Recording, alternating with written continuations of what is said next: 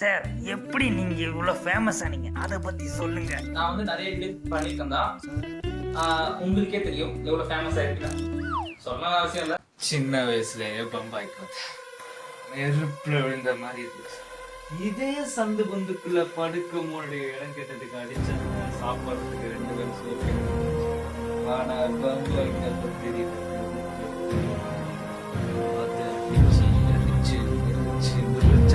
கத்தி ஆயிடுச்சு. கத்திக்கு தெரிஞ்சதா ஒண்ணுதான் இருக்கு. நான் பாச சொல்றேன். வா சார், உங்களுக்கு வீடியோ கோசவங்கள பல பேர் கலாய்க்கிறாங்க. அதை பத்தி நீங்க என்ன நினைக்கிறீங்க? பத்து கொடுங்களா?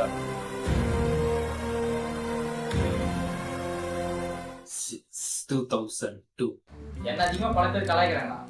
புள்ளி வந்து நீங்க பேசாதீங்க.